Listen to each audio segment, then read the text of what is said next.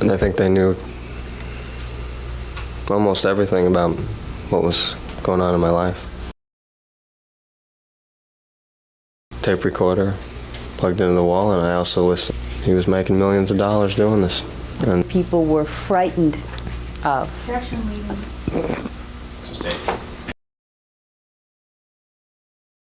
and discuss a deal. My dad flew out personally.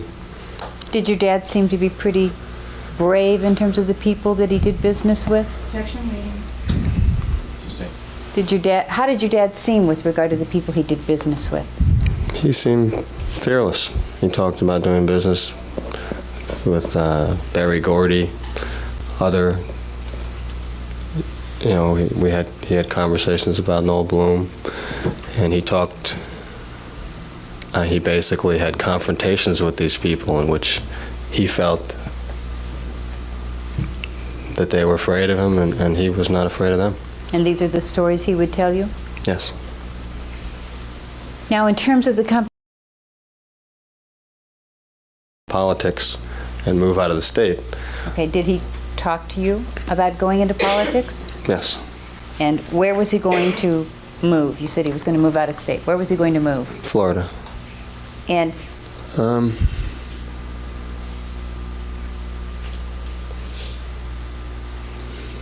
I didn't really feel one way or the other. I kind of was thinking about school and tennis, and I would just live where my dad lived. And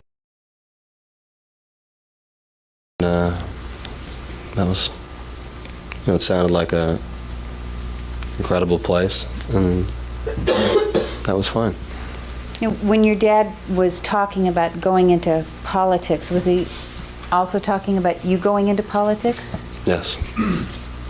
And in the summer of 1987, did he make a decision about your personal appearance that was based on the idea that you were going to go into politics? Yes. Is this something that's hard for you to talk about? Yes. Can you tell me what the decision is your dad? Well, let me go back. Had you started losing some hair earlier in your life? Yes. How old were you when you started noticing that you were losing some hair? I think 14. And did some people tease you about it? Yes.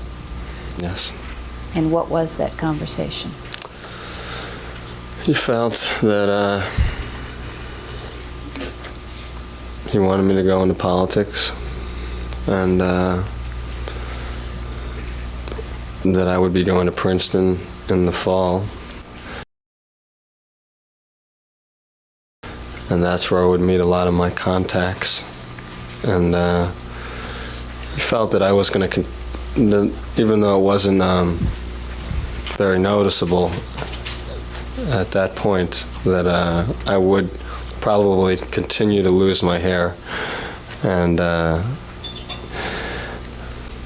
it would be a good idea to maybe right now, before I meet these people at Princeton, to get a hairpiece. And did you do that? I did. How old were you? I think I was 19. And I was very worried.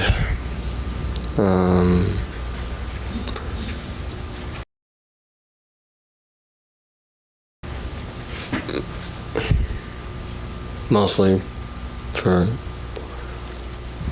superficial reasons like dating and stuff. I had a girlfriend at the time,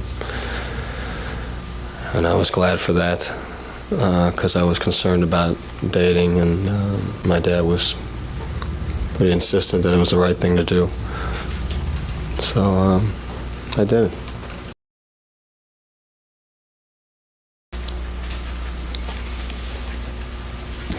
during this period of time, the 1986 to 1989 period, did your dad continue to have a lot of control over your life?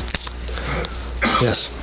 And did he continue to have control in a very forceful way? Yes. And in the spring of 1987, did you have a coach named Robbie Klaus? Yes. And did Robbie Klaus have a conversation with you about something your dad had said to him? Yes. Where did this conversation take place? In Florida, at a tennis tournament. And what did Robbie Klaus tell you? That my dad had threatened his life for a suggestion that I become a tennis pro and maybe not postpone school.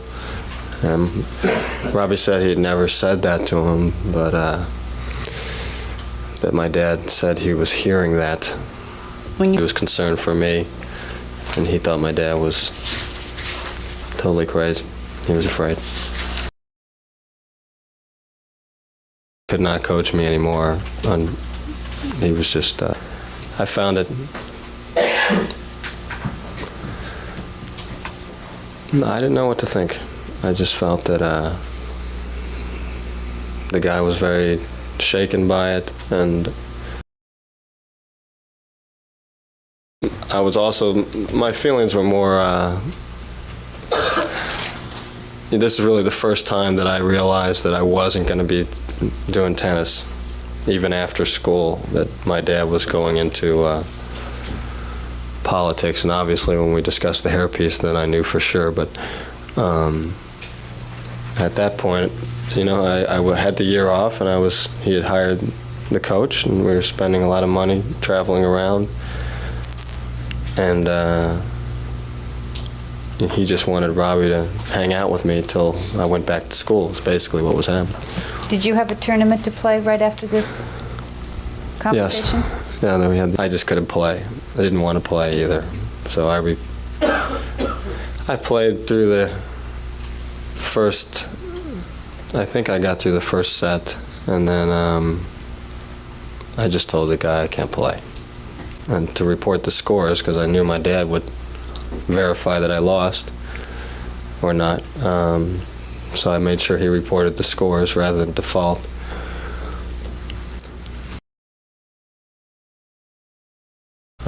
So he had checked up on you? Yeah. Well, what would happen if you just defaulted? What if you said, you know, Dad, I was really upset about your conversation with Robbie, and I couldn't play. Why couldn't you do that? I didn't do it because we had, you know, he had physically hurt me when I didn't do things his way, and I just felt that he was extremely tense during. 19 years old at the time? Yeah.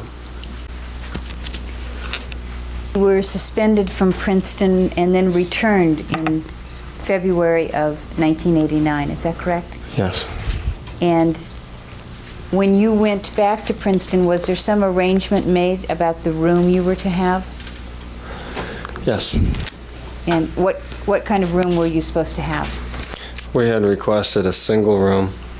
When you say we had requested, did you request it or did somebody else? No, my dad requested a single room,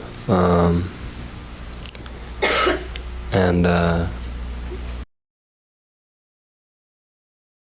situations like that, I always call my dad immediately. It's better than him finding out another way. How old And were he you? Was 21.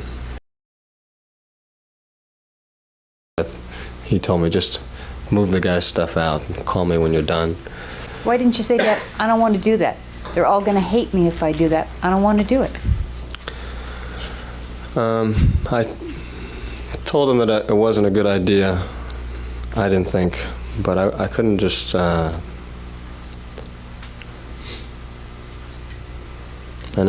just never said no. So did you move the stuff out? I moved the stuff out, and the other kids had the reaction I thought they would have. They were very upset and wouldn't talk to me. And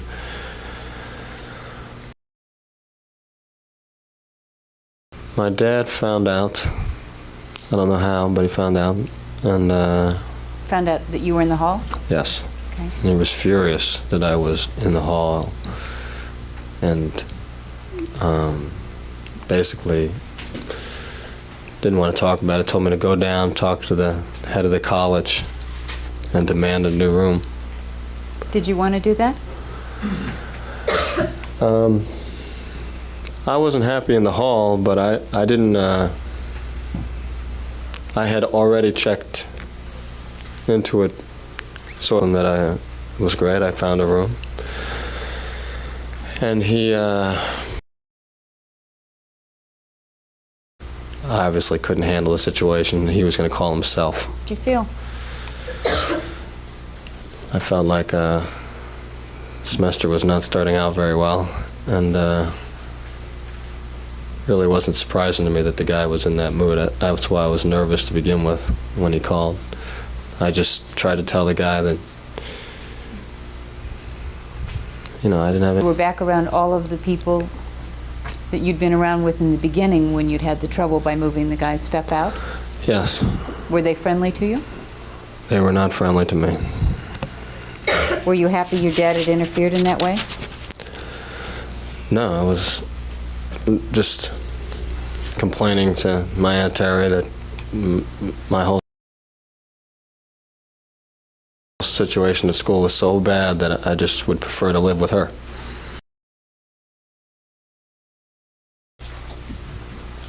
Why didn't you tell him you made things worse? He just didn't tell my dad he was doing the wrong thing. My dad was a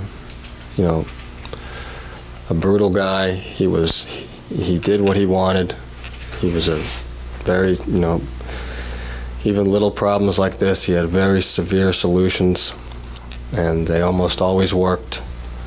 And if once a problem got to his attention, he handled it in his way. And there wasn't any, you should have done it this way, or I didn't appreciate that, or he'd just tell you to, I never even said that, so I don't know what he would say, but that would have been weak, and I wouldn't have done that.